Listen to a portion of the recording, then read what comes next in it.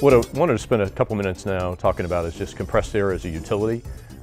It's a relatively new concept to the compressed air industry, but in reality it's very similar to what industrial market has been doing for a long time with forklifts.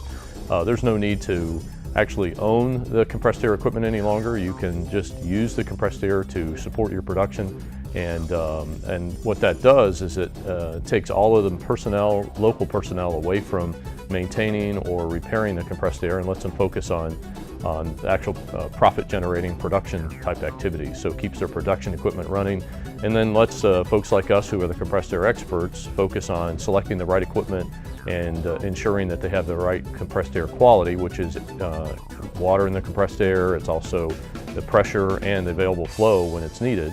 Lets the experts focus on making sure that the right equipment is there with a high reliability.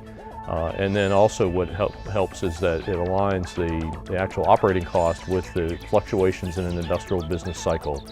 So as production rates go up, the cost of the utility, not only electricity, water, but also now compressed air, aligns directly with the cost of production. So as those production rates rise, then those costs of those utilities rise appropriately, and there's no longer any blips for maintenance or any kind of major repairs. So it really is a much more effective, from a financial standpoint and also from an operating standpoint, a much more effective way than actually owning the supply utility. It would be a similar analysis to every manufacturing location owning their own electric power generating facility and maintaining that equipment, and when something goes down, shutting the whole compressor and all the related electrical equipment down with it. So very similar to that concept. We don't own our electric utility supply either, and so this utility air or compressed air as a utility is a way that the local manufacturing facility can outsource the ownership and operation, maintenance and repair costs for the compressed air equipment, and supply a steady stream of compressed air at the right pressure, at the right dew point, and at the right volumes to support their production. Air Components and Systems has offered compressed air as a utility, or what we call utility air, for a number of years. It's something that we've had in place for over 20 years, so it's not a new concept, but it is starting to build momentum now as companies expand and are capital constrained, looking for new creative ways to provide that utility that they need to produce the goods and services that they produce and make money with, without all the capital requirement for it. So it's something that's been around for quite a while, and we're just seeing more and more companies being interested in that today. So we've had some great experiences with customers in various industries. We've had a silicone chip manufacturer that was very focused on the quality of their product and did not want to have their time and resources related to compressed air supply management. So they outsourced that very effectively, and they had a 5-year contract for utility air that was very, very successful.